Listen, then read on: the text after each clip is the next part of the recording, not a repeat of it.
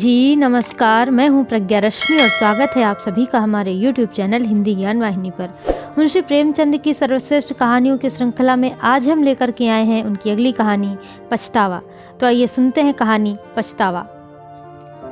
पंडित दुर्गानाथ जब कॉलेज से निकले तो उन्हें जीवन निर्वाह की चिंता उपस्थित हुई।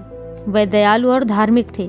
इच्छा थी कि ऐसा काम करना चाहिए जिससे अपना जीवन भी साधारणतः सुखपूर्वक व्यतीत हो और दूसरों के साथ भलाई और सदाचरण का भी अवसर मिले। वे सोचने लगे, यदि किसी कार्यालय में क्लर्क बन जाऊं तो अपना निर्वाह हो सकता है, किंतु सर्वसाधारण से कुछ भी संबंध न रहेगा। वकालत में प्रविष्ट हो जाऊं तो दोनों बातें संभव है, किंतु अनेकानेक यत्न करने पर भी अपने को पवित्र रखना कठिन होगा। पुलिस विभाग में दीन पालन और परोपकार के लिए बहुत से अवसर मिलते रहते हैं, किंतु एक स्वतंत्र और सद्विचार प्रिय मनुष्य के लिए वहाँ की हवा हानिप्रद है। शासन विभाग में नियम और नीतियों की भरमार रहती है। कितना ही चाहो पर वहाँ कड़ाई और डांट डपट से बचे रहना असंभव है। इसी प्रकार बहुत सोच विचार के पश्चात उन्होंने निश्चय किया कि किसी जमींदार के यहाँ मुख्तार आम बन जाना चाहिए। वेतन तो अवश्य कम मिलेगा, किंतु दीन खेतिहरों से रात दिन संबंध रहेगा। उनके साथ सद्व्यवहार का अवसर मिलेगा, साधारण जीवन निर्वाह होगा और विचार दृढ़ होंगे। कुंवर विशाल सिंह जी एक सख्त संपत्तिशाली जमींदार थे। पंडित दुर्गानाथ ने उनके पास जाकर प्रार्थना की कि मुझे भी अपनी सेवा में रखकर कृतार्थ कीजिए। कुंवर साहब ने इन्हें सिर से पैर तक देखा और कहा, पंडित जी, आपको अपने यहाँ रखने में मुझे बड़ी प्रसन्नता होती, किंतु आपके योग्य मेरे यहाँ कोई स्थान नहीं देख पड़ता। दुर्गानाथ ने कहा, मेरे लिए किसी विशेष स्थान की आवश्यकता नहीं है, मैं हर एक काम कर सकता हूँ। वेतन आप जो कुछ प्रसन्नता पूर्वक देंगे मैं स्वीकार करूँगा। मैंने तो यह संकल्प कर लिया है कि सिवा किसी रईस के और किसी की नौकरी ना करूँगा। कुंवर विशाल सिंह ने अभिमान से कहा, रईस की नौकरी नौकरी नहीं, राज्य है। मैं अपने चपरासियों को 2 रुपया माहवार देता हूँ और वे तंजेब के अंगरखे पहन कर निकलते हैं। उनके दरवाजों पर घोड़े बंधे हुए हैं। मेरे कारिंदे 5 रुपए से अधिक नहीं पाते, किंतु शादी विवाह वकीलों के यहाँ करते हैं। ना जाने उनकी कमाई में क्या बरकत होती है। बरसों तनख्वाह का हिसाब नहीं करते। कितने ऐसे हैं जो बिना तनख्वाह के कारिंदगी या चपरासगिरी को तैयार बैठे हैं, परंतु अपना यह नियम नहीं। समझ लीजिए, मुख्तार आम अपने इलाके में एक बड़े जमींदार से अधिक रोब रखता है। उसका ठाट बाट और उसकी हुकूमत छोटे छोटे राजाओं से कम नहीं। जिसे इस नौकरी का चस्का लग गया है, उसके सामने तहसीलदारी झूठी है। पंडित दुर्गानाथ ने कुंवर साहब की बातों का समर्थन किया, जैसा कि करना उनकी सभ्यता अनुसार उचित था। वे दुनियादारी में अभी कच्चे थे। बोले, मुझे अब तक किसी रईस की नौकरी का चस्का नहीं लगा है। मैं तो अभी कॉलेज से निकला आता हूँ और ना मैं इन कारणों से नौकरी करना चाहता हूँ जिनका कि आपने वर्णन किया, किंतु इतने कम वेतन में मेरा निर्वाह न होगा। आपके और नौकर असामियों का गला दबाते होंगे। मुझसे मरते समय तक ऐसे कार्य न होंगे। यदि सच्चे नौकर का सम्मान होना निश्चय है तो मुझे विश्वास है कि बहुत शीघ्र आप मुझसे प्रसन्न हो जाएंगे। कुंवर साहब ने बड़ी दृढ़ता से कहा, हाँ, ये तो निश्चय है कि सत्यवादी मनुष्य का आदर सब कहीं होता है, किंतु मेरे यहाँ तनख्वाह अधिक नहीं दी जाती।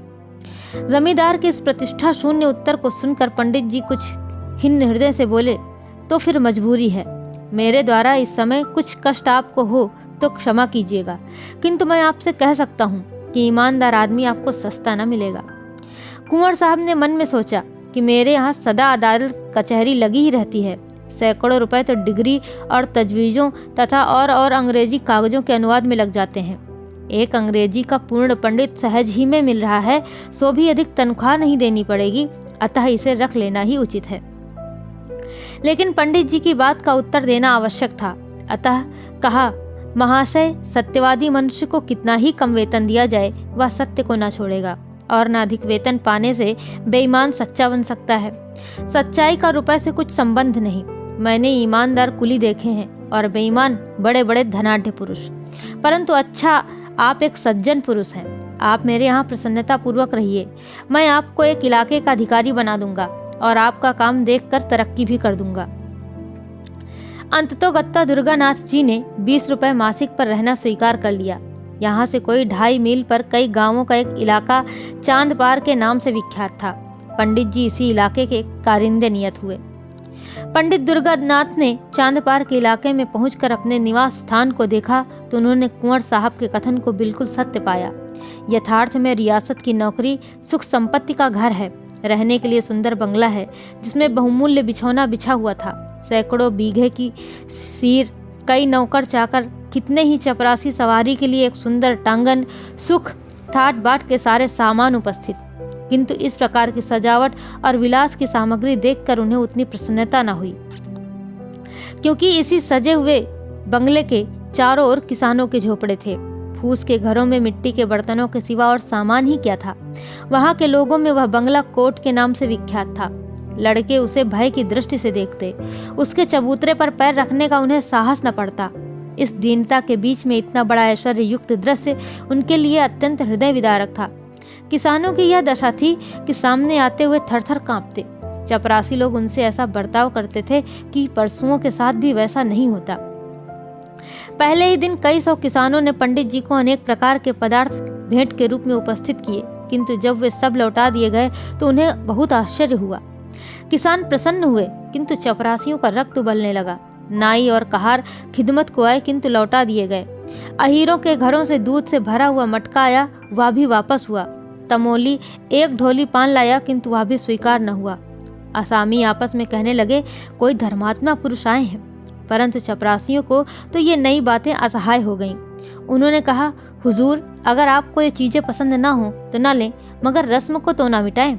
अगर कोई दूसरा आदमी यहाँ आएगा तो उसे नए सिरे से यह रस्म बांधने में कितनी दिक्कत होगी। ये सब सुनकर पंडित जी ने केवल यही उत्तर दिया, जिसके सिर पर पड़ेगा वह भुगत लेगा। मुझे इसकी चिंता करने की क्या आवश्यकता। एक चपरासी ने साहस बांधकर कहा, इन असामियों को आप जितना गरीब समझते हैं उतने गरीब ये हैं नहीं। इनका ढंग ही ऐसा है, बस भेष बनाए रहते हैं। देखने में ऐसे सीधे साधे मानो बेसींग की गाय हैं, लेकिन सच मानिए इनमें का एक एक आदमी हाई कोर्ट का वकील है। चपरासियों के इस वाद विवाद का प्रभाव पंडित जी पर कुछ न हुआ। उन्होंने प्रत्येक गृहस्थ से दयालुता और भाईचारे का आचरण करना आरंभ किया। सवेरे से 8 बजे तक तो गरीबों को बिना दाम औषधियाँ देते, फिर हिसाब किताब का काम देखते। उनके सदाचरण ने असामियों को मोह लिया। माल गुजारी का रुपया, जिसके लिए प्रतिवर्ष कुर्की तथा नीलामी की आवश्यकता होती थी, इस वर्ष एक इशारे पर वसूल हो गया। किसानों ने अपने भाग सराहे और वे मनाने लगे कि हमारे सरकार की दिनों दिन बढ़ती हो। कुंवर विशाल सिंह अपनी प्रजा के पालन पोषण पर बहुत ध्यान रखते थे। वे बीज के लिए अनाज देते और मजूरी और बैलों के लिए रुपए।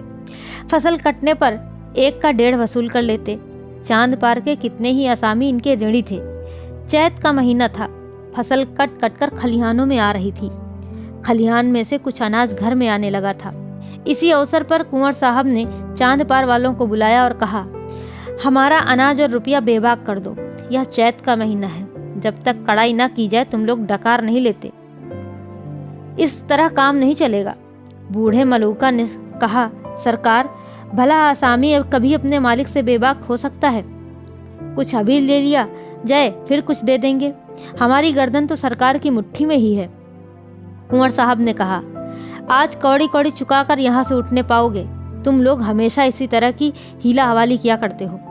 मलूका ने विनय के साथ कहा, हमारा पेट है, सरकार की रोटियां हैं, हमको और क्या चाहिए। जो कुछ उपज है वह सब सरकार की ही है।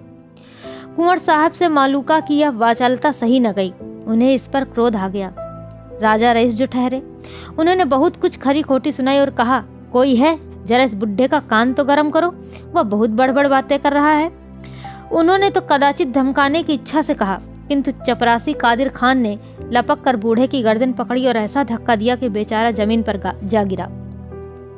मलूका के 2 जवान बेटे वहां चुपचाप खड़े थे। बाप की ऐसी दशा देखकर उनका रक्त गर्म हो उठा। वे दोनों झपटे और कादिर खान पर टूट पड़े। धमाधम शब्द सुनाई पड़ने लगा। खान साहब का पानी उतर गया और साफा अलग जा गिरा। अचकन के टुकड़े टुकड़े हो गए, किंतु जबान चलती रही। मलूका ने देखा कि बात बिगड़ गई। वह उठा और कादिर खां को छुड़ाकर अपने लड़कों को गालियां देने लगा। जब लड़कों ने उसी को डांटा, तब दौड़कर कुंवर साहब के चरणों पर गिर पड़ा। पर बात यथार्थ में बिगड़ गई थी। बूढ़े के इस विनीत भाव का कुछ प्रभाव न हुआ। कुंवर साहब की आंखों से मानो आग के अंगारे निकल रहे थे। वे बोले, बेईमान, आंखों के सामने से दूर हो जा, नहीं तो तेरा खून पी जाऊंगा। बूढ़े के शरीर में रक्त तो अब वैसा न रहा था, किंतु कुछ गर्मी अवश्य थी। समझता था कि ये कुछ न्याय करेंगे, परंतु यह फटकार सुनकर बोला, सरकार, बुढ़ापे में आपके दरवाजे पर पानी उतर गया और इस पर सरकार हम ही को डांटते हैं। कुंवर साहब ने कहा, तुम्हारी इज्जत अभी क्या उतरी है, अब उतरेगी। दोनों लड़के सरोष बोले, सरकार अपना रुपया लेंगे कि किसी की इज्जत लेंगे? कुंवर साहब ने ऐठ कर कहा, रुपया पीछे लेंगे, पहले देखेंगे कि तुम्हारी इज्जत कितनी है। चांद पार के किसान अपने गांव पर पहुंचकर पंडित दुर्गानाथ से अपनी राम कहानी कह ही रहे थे कि कुंवर साहब का दूत पहुंचा और खबर दी कि सरकार ने आपको अभी अभी बुलाया है। दुर्गानाथ ने असामियों को परितोष दिया और अपने आप घोड़े पर सवार होकर दरबार में हाजिर हुए। कुंवर साहब की आंखें लाल थी, मुख की आकृति भयंकर हो रही थी। कई मुख्तार और चपरासी बैठे हुए आग पर तेल डाल रहे थे। पंडित जी को देखते ही कुंवर साहब बोले, चांद पार वालों की हरकत आपने देखी? पंडित जी ने नम्र भाव से कहा, जी हाँ, सुनकर बहुत शोक हुआ, ये तो ऐसे सरकश न थे। कुंवर साहब ने कहा, ये सब आपके ही आगमन का फल है। आप अभी स्कूल के लड़के हैं, आप क्या जाने कि संसार में कैसे रहना होता है। यदि आपका बर्ताव असामियों के साथ ऐसा ही रहा तो फिर मैं जमींदारी कर चुका। ये सब आपकी करनी है। मैंने इसी दरवाजे पर असामियों को बांध बांध कर उल्टे लटका दिया है और किसी ने चूं तक न की। आज उनका यह साहस कि मेरे ही आदमी पर हाथ चलाए। दुर्गानाथ ने कुछ दबते हुए कहा, महाशय, इसमें मेरा क्या अपराध है? मैंने तो जब से सुना है तभी से स्वयं सोच में पड़ा हूँ। कुंवर साहब ने कहा, आपका अपराध नहीं तो किसका है? आप ही ने तो इनको सिर चढ़ाया, बिगाड़ बंद कर दी। आप ही उनके साथ भाईचारे का बर्ताव करते हैं, उनके साथ हंसी मजाक करते हैं। ये छोटे आदमी इस बर्ताव की कदर क्या जाने? किताबी बातें स्कूलों के ही लिए हैं, दुनिया के व्यवहार का कानून दूसरा है। अच्छा, जो हुआ सो हुआ। अब मैं चाहता हूँ कि इन बदमाशों को इस सरकशी का मजा चखाया जाए। असामियों को आपने मालगुजारी की रसीदें तो नहीं दी हैं? दुर्गानाथ ने कुछ डरते हुए कहा, जी नहीं, रसीदें तैयार हैं, लेकिन आपके हस्ताक्षरों की देर है। कुंवर साहब ने कुछ संतुष्ट होकर कहा, यह बहुत अच्छा हुआ, शकुन अच्छे हैं। अब आप इन रसीदों को चिराग अली के सिपुर्द कीजिए। इन लोगों पर बकाया लगान की नालिश की जाएगी, फसल नीलाम कर दूंगा। जब भूखे मरेंगे तब सूझेगी। जो रुपया अब तक वसूल हो चुका है वह बीज और ऋण के खाते में चढ़ा लीजिए। आपको केवल यह गवाही देनी होगी कि यह रुपया मालगुजारी के मद में नहीं, कर्ज में वसूल हुआ है, बस। दुर्गानाथ चिंतित हो गए। सोचने लगे कि क्या यहाँ भी उसी आपत्ति का सामना करना पड़ेगा जिससे बचने के लिए इतने सोच विचार के बाद इस शांति कुटीर को ग्रहण किया था। क्या जानबूझकर इन गरीबों की गर्दन पर छुरी फेरूं, इसलिए कि मेरी नौकरी बनी रहे? नहीं, मुझसे यह नहीं होगा। बोले, क्या मेरी शहादत के बिना काम न चलेगा? कुंवर साहब क्रोध से बोले, क्या इतना कहने में आपको कोई उज्र है? दुर्गानाथ ने दुविधा में पड़ते हुए कहा, जी, यूं तो मैंने आपका नमक खाया है। आपकी प्रत्येक आज्ञा का पालन करना मुझे उचित है, किंतु न्यायालय में मैंने गवाही नहीं दी है। संभव है कि यह कार्य मुझसे न हो सके, अतः मुझे तो क्षमा ही कर दिया जाए। कुंवर साहब ने शासन के ढंग से कहा, ये काम आपको करना पड़ेगा, इसमें हाँ नहीं की कोई आवश्यकता नहीं। आग आपने लगाई है, बुझाएगा कौन? दुर्गानाथ ने दृढ़ता के साथ कहा, मैं झूठ कदापि नहीं बोल सकता और न इस प्रकार की शहादत दे सकता हूँ। कुंवर साहब ने कोमल शब्दों में कहा, कृपा निधान, ये झूठ नहीं है। मैंने झूठ का व्यापार नहीं किया है। मैं यह नहीं कहता कि आप रुपए का वसूल होना अस्वीकार कर दीजिए। जब असामी मेरे ऋणी है तो मुझे अधिकार है कि चाहे रुपया ऋण की मद में वसूल करूं या मालगुजारी की मद में। यदि इतनी सी बात को आप झूठ समझते हैं तो आपकी जबरदस्ती है। अभी आपने संसार देखा नहीं, ऐसी सच्चाई के लिए संसार में स्थान नहीं। आप मेरे यहाँ नौकरी कर रहे हैं, इस सेवक धर्म पर विचार कीजिए। आप शिक्षित और होनहार पुरुष हैं। अभी आपको संसार में बहुत दिन तक रहना है और बहुत काम करना है। अभी से आप यह धर्म और सत्यता धारण करेंगे तो अपने जीवन को में अपने आप को विपत्ति और निराशा के सिवा और कुछ प्राप्त न होगा। सत्य प्रियता अवश्य उत्तम वस्तु है, किंतु उसकी भी सीमा है। अति सर्वत्र वर्जयेत। अब अधिक सोच विचार की आवश्यकता नहीं, यह अवसर ही ऐसा है। कुंवर साहब पुराने खुर्राट थे। इस पैंकनेत से युवक खिलाड़ी हार गया। इस घटना के तीसरे दिन चांद पार के असामियों पर बकाया लगान की नालिश हुई। सम्मन आए, घर घर उदासी छा गई। सम्मन क्या थे, यम के दूत थे। देवी देवताओं की मिन्नतें होने लगी। स्त्रियां अपने घर वालों को कोसने लगी और पुरुष अपने भाग्य को। नियत तारीख के दिन गांव के गंवार कंधे पर लोटा डोर रखे और अंगोछे में चबेना बांधे कचहरी चले। सैकड़ों स्त्रियां और बालक रोते हुए उनके पीछे पीछे जाते थे, मानो अब वे फिर उनसे ना मिलेंगे। पंडित दुर्गानाथ के 3 दिन कठिन परीक्षा के थे। एक ओर कुंवर साहब की प्रभावशालिनी बातें, दूसरी ओर किसानों की हाय हाय, परंतु विचार सागर में 3 दिन निमग्न रहने के पश्चात उन्हें धरती का सहारा मिल गया। उनकी आत्मा ने कहा, ये पहली परीक्षा है, यदि इसी में अनुत्तीर्ण रहे तो फिर तो आत्मिक दुर्बलता ही हाथ रह जाएगी। निदान निश्चय हो गया कि मैं अपने लाभ के लिए इन गरीबों को हानि न पहुंचाऊंगा। 10 बजे दिन का समय था। न्यायालय के सामने मेला सा लगा हुआ था। जहां तहां श्याम वस्त्राच्छादित देवताओं की पूजा हो रही थी। चांद पार के किसान झुंड के झुंड एक पेड़ के नीचे आकर बैठे। उनमें कुछ दूर पर कुंवर साहब के मुख्ताराम सिपाहियों और गवाहों की भीड़ थी। ये लोग अत्यंत विनोद में थे। जिस प्रकार मछलियां पानी में पहुंचकर किलोले करती हैं, उसी भांति ये लोग भी आनंद में चूर थे। कोई पान खा रहा था, कोई हलवाई की दुकान से पूरियों की पत्तल लिए चला आता था। उधर बेचारे किसान पेड़ के नीचे चुपचाप उदास बैठे थे कि आज ना जाने क्या होगा और कौन आफत आएगी। भगवान का ही भरोसा है। मुकदमे की पेशी हुई। कुंवर साहब की ओर के गवाह गवाही देने लगे कि असामी बड़े सरकश हैं। जब लगान मांगा जाता है तो लड़ाई झगड़े पर तैयार हो जाते हैं। अब की इन्होंने एक कौड़ी भी नहीं दी। कादिर खान ने रोकर अपने सिर की चोट दिखाई। सबसे पीछे पंडित दुर्गानाथ की पुकार हुई। उन्हीं के बयान पर निपटारा होना था। वकील साहब ने उन्हें खूब तोते की भांति पढ़ा रखा था, किंतु उनके मुख से पहला वाक्य निकला ही था कि मजिस्ट्रेट ने उनकी ओर तीव्र दृष्टि से देखा। वकील साहब बगले झांकने लगे। मुख्ताराम ने उनकी ओर घूर कर देखा। अहलमद पेशकार आदि सबके सब उनकी ओर आश्चर्य की दृष्टि से देखने लगे। न्यायाधीश ने तीव्र स्वर से कहा, तुम जानते हो कि मजिस्ट्रेट के सामने खड़े हो? दुर्गानाथ ने दृढ़तापूर्वक कहा, जी हाँ, भली भांति जानता हूँ। न्यायाधीश ने कहा, तुम्हारे ऊपर असत्य भाषण का अभियोग लगाया जा सकता है। दुर्गानाथ ने कहा, अवश्य, यदि मेरा कथन झूठा हो। वकील ने कहा, जान पड़ता है किसानों के दूध, घी और भेंट आदि ने यह काया पलट कर दी है। और न्यायाधीश की ओर सार्थक दृष्टि से देखा। दुर्गानाथ ने कहा, आपको इन वस्तुओं का अधिक तजुर्बा होगा, मुझे तो अपनी रूखी रोटियां ही अधिक प्यारी हैं। न्यायाधीश ने कहा, तो इन असामियों ने सब रुपया बेवा कर दिया है? दुर्गानाथ ने कहा, जी हाँ, इनके जिम्मे लगान की एक कौड़ी भी बाकी नहीं है। न्यायाधीश ने कहा, तो फिर रसीदें क्यों नहीं दी? दुर्गानाथ ने कहा, मेरे मालिक की आज्ञा। मजिस्ट्रेट ने नालिशें डिसमिस कर दी। कुंवर साहब को ज्यों ही इस पराजय की खबर मिली, उनके कोप की मात्रा सीमा से बाहर हो गई। उन्होंने पंडित दुर्गानाथ को सैकड़ों कुवाक्य कहे, नमक हराम, विश्वासघाती दुष्ट। मैंने उसका कितना आदर किया, किंतु कुत्ते की पूंछ कहीं सीधी हो सकती है? अंत में विश्वासघात कर ही गया। ये अच्छा हुआ कि पंडित दुर्गानाथ मजिस्ट्रेट का फैसला सुनते ही मुख्तार आम को कुंजियां और कागज पत्र सुपुर्द कर चलते हुए, नहीं तो उन्हें इस कार्य के फल में कुछ दिन हल्दी और गुड़ पीने की आवश्यकता पड़ती। कुंवर साहब का लेन देन विशेष अधिक था। चांद पार बहुत बड़ा इलाका था। वहां के असामियों पर कई 100 रुपए बाकी थे। उन्हें विश्वास हो गया कि अब रुपया डूब जाएगा, वसूल होने की कोई आशा नहीं। इस पंडित ने असामियों को बिल्कुल बिगाड़ दिया। अब उन्हें मेरा क्या डर। अपने कारिंदों और मंत्रियों से सम्मति ली।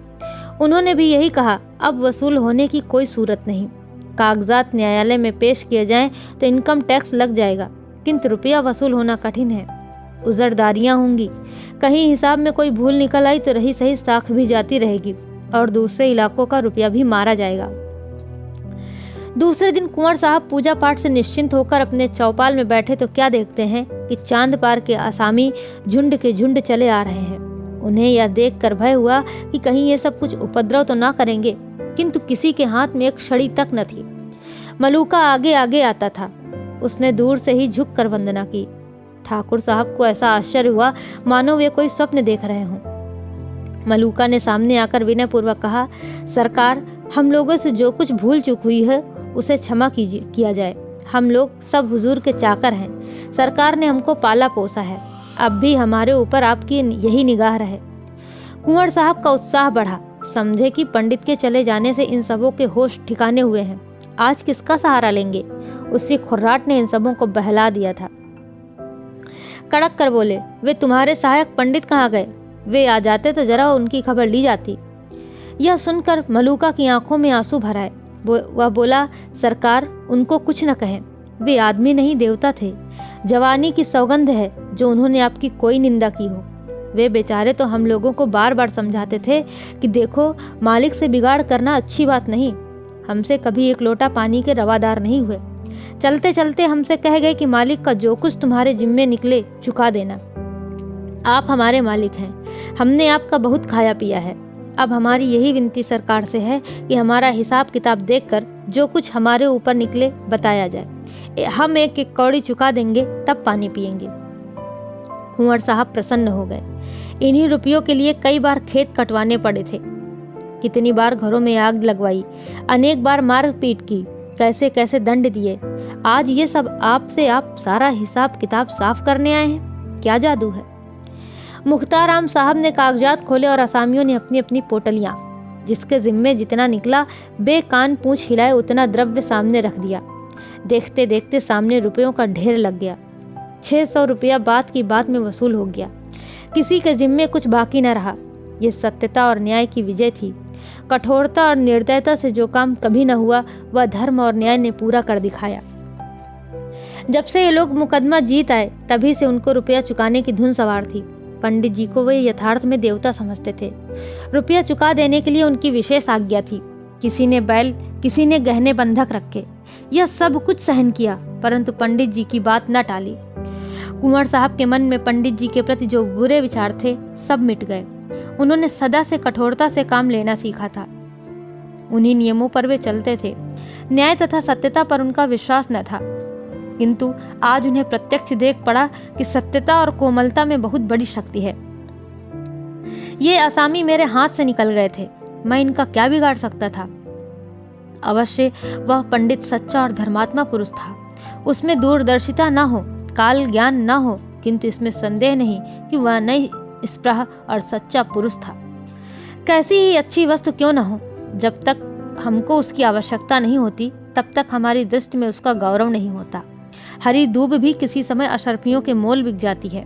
कुंवर साहब का एक काम एक निष्प्रह मनुष्य के बिना नहीं रुक सकता था।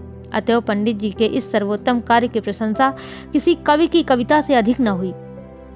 चांद पार के असामियों ने तो अपने मालिक को कभी किसी प्रकार का कष्ट न पहुंचाया, किंतु अन्य इलाकों वाले असामी उसी पुराने ढंग से चलते थे। उन इलाकों में रगड़ झगड़ सदैव मची रहती थी। अदालत, मारपीट, डांट डपट सदा लगी रहती थी। किंतु ये सब तो जमींदार के श्रृंगार हैं। बिना इन सब बातों के जमींदारी कैसी? क्या दिन भर बैठे बैठे वे मक्खियां मारे? कुंवर साहब इसी प्रकार पुराने ढंग से अपना प्रबंध संभालते जाते थे। कई वर्ष व्यतीत हो गए। कुंवर साहब का कारोबार दिनों दिन चमकता ही गया। यद्यपि उन्होंने 5 लड़कियों के विवाह बड़ी धूमधाम के साथ किए, परंतु तिस पर भी उनकी बढ़ती में किसी प्रकार की कमी न हुई। हाँ, शारीरिक शक्तियां अवश्य कुछ कुछ ढीली पड़ती गईं। बड़ी भारी चिंता यही थी कि इतनी बड़ी संपत्ति और ऐश्वर्य को भोगने वाला कोई उत्पन्न न हुआ। भांजे, भतीजे और नवासे इस रियासत पर दांत लगाए हुए थे। कुंवर साहब का मन अब इन सांसारिक झगड़ों से फिरता जाता था। आखिर यह रोना धोना किसके लिए? अब उनके जीवन नियम में एक परिवर्तन हुआ। द्वार पर कभी कभी साधु संत धूनी रमाए हुए देख पड़ते। स्वयं भगवत गीता और विष्णु सहस्रनाम पढ़ते थे। पारलौकिक चिंता अब नित्य रहने लगी। परमात्मा की कृपा और साधु संतों के आशीर्वाद से बुढ़ापे में उनको एक लड़का पैदा हुआ। जीवन की आशाएं सफल हुई, पर दुर्भाग्यवश पुत्र के जन्म से ही कुंवर साहब शारीरिक व्याधियों से ग्रस्त रहने लगे। सदा वैद्यों और डॉक्टरों का तांता लगा रहता था, लेकिन दवाओं का उल्टा प्रभाव पड़ता। ज्यों त्यों करके उन्होंने 2.5 वर्ष बिताए। अंत में उनकी शक्तियों ने जवाब दे दिया। उन्हें मालूम हो गया कि अब संसार से नाता टूट जाएगा। अब चिंता ने और धर दबाया।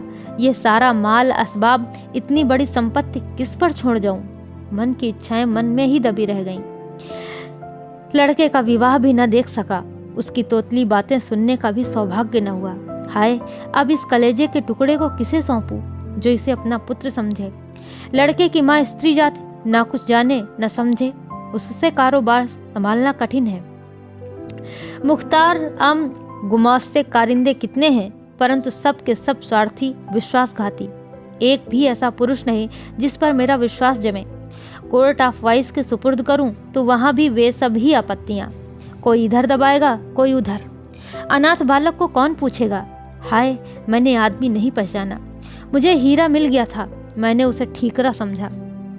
कैसा सच्चा, कैसा वीर, दृढ़ प्रतिज्ञ पुरुष था। यदि वह कहीं मिल जाए तो इस अनाथ बालक के दिन फिर जाए। उसके हृदय में करुणा है, दया है। वह अनाथ बालक पर तरस खाएगा। हाँ, क्या मुझे उसके दर्शन मिलेंगे? मैं उस देवता के चरण धोकर माथे पर चढ़ाता, आंसुओं से उसके चरण धोता। वही यदि हाथ लगाए तो यह मेरी डूबती नाव पार लगे। ठाकुर साहब की दशा दिन पर दिन बिगड़ती गई। अब अंत काल आ पहुंचा। उन्हें पंडित दुर्गानाथ की रट लगी हुई थी। बच्चे का मुंह देखते और कलेजे से एक आह निकल जाती। बार बार पछताते और हाथ मलते। हाय, उस देवता को कहाँ पाऊं जो कोई मेरा उससे दर्शन करा दे। आधी जायदाद उस पर न्यौछावर कर दूं। प्यारे पंडित, मेरे अपराध क्षमा करो। मैं अंधा था, अज्ञानी था। अब मेरी बाह पकड़ो, मुझे डूबने से बचाओ। इस अनाथ बालक पर तरस खाओ। हितार्थी और संबंधियों का समूह सामने खड़ा था। कुंवर साहब ने उनकी ओर अधखुली आंखों से देखा। सच्चा हितैषी कहीं दिखाई न पड़ा। सबके चेहरे पर स्वार्थ की झलक थी। निराशा से आंखें मूंद ली। उनकी स्त्री फूट फूट कर रो रही थी। निदान उसे लज्जा त्यागनी पड़ी। वह रोती हुई पास जाकर बोली, प्राणनाथ, मुझे और इस असहाय बालक को किस पर छोड़े जाते हो? कुंवर साहब ने धीरे से कहा, पंडित दुर्गानाथ पर। वे जल्द आ जाएंगे। उनसे कह देना कि मैंने सब कुछ उनको भेंट कर दिया। यह अंतिम वसीयत है। और यह कहकर उनके प्राण पखेरु उड़ गए। तो कहानी यहीं पर समाप्त होती है। आशा करते हैं आपको जरूर अच्छी लगी होगी। ऐसी ही बेहतरीन कहानियों को सुनने के लिए आप हमारे चैनल हिंदी ज्ञान वाहिनी के साथ जुड़े रहिए। आपका बहुत बहुत धन्यवाद। नमस्कार।